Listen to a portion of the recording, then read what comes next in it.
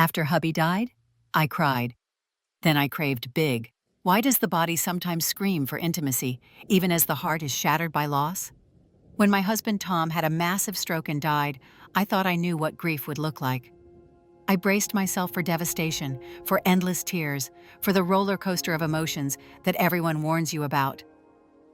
I expected joy for the 12 years we had together, despair over never hearing his laugh again, bursts of memory that could make me giggle one moment and break down the next.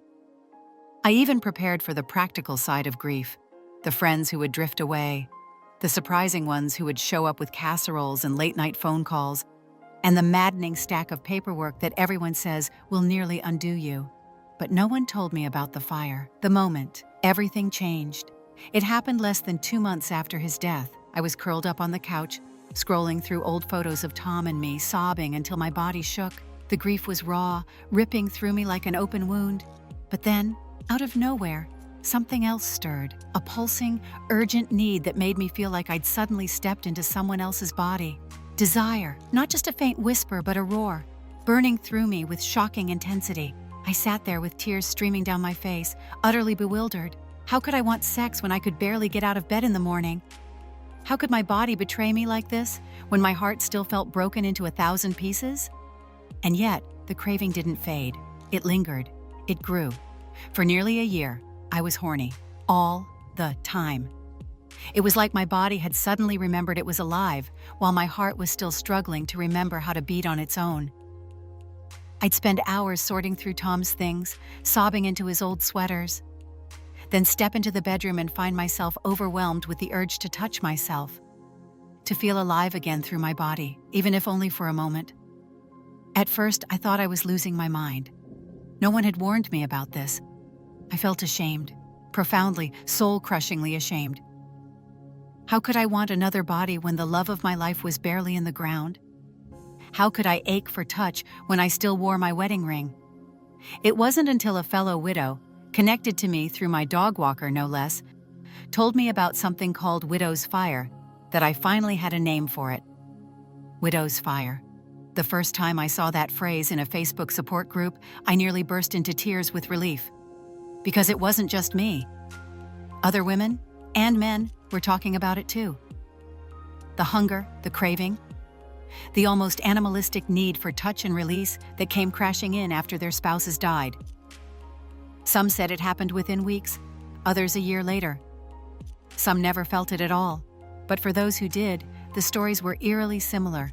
Grief and desire woven together in a knot that felt impossible to untangle. The science behind the hunger. What shocked me even more was how common it is, and how little anyone talks about it. When I finally worked up the courage to mention it to my grief counselor, she nodded calmly and said, "Oh yes, that's quite common. Many widows experience that." Her matter-of-fact tone floored me. Common? Many? Then why hadn't anyone prepared me? As it turns out, there are real biological reasons for this. Grief and sexual desire actually activate similar areas of the brain. Both involve overwhelming emotion and physical sensation. Both are tied to the body's need for connection. When we lose our partner, our primary source of comfort, touch, intimacy, the body panics. It seeks oxytocin, the hormone of closeness and bonding. It seeks dopamine and serotonin, the brain's natural soothers. And one of the fastest ways to get them? Sex. Touch. Release. It's almost primeval.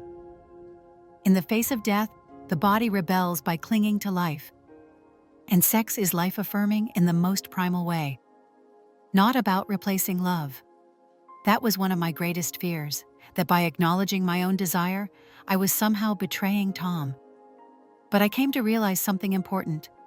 Craving touch didn't mean I loved him any less. It didn't erase our 12 years. It didn't erase the laughter, the tenderness, the shared adventures.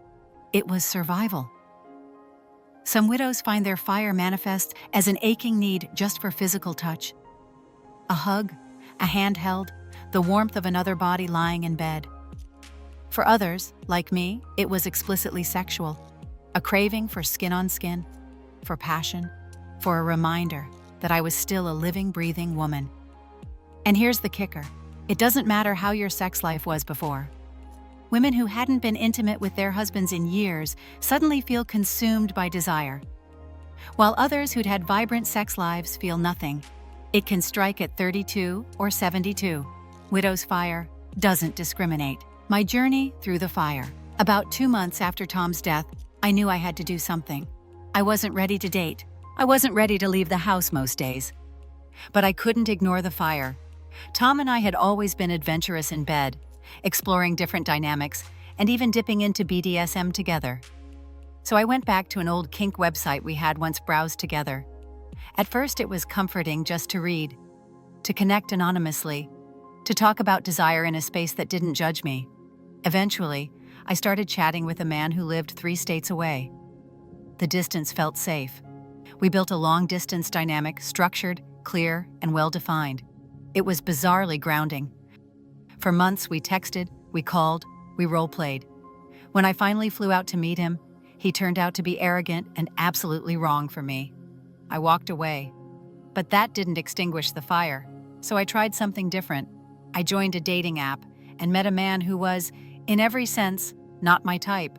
Our politics, our lifestyles, our future goals, completely misaligned. But the chemistry? Explosive. We spent 3 days together, tangled in sheets, exploring every inch of connection our bodies could offer. Was he the one? Absolutely not. Did he heal me? In a strange way, yes. Because for those 72 hours, I wasn't just a widow, I was a woman, desired, alive. Later, when I was ready for something closer to a relationship, I worried that my hunger would cloud my judgment. A friend suggested finding a friend with benefits, someone I liked and trusted, but with no illusions of romance. It sounded foreign, but it worked. It gave me what I needed: companionship, intimacy, human touch, while I slowly learned how to navigate life again.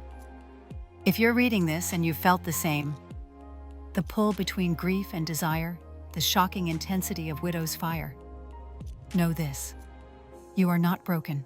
You are not betraying your spouse. You are simply alive.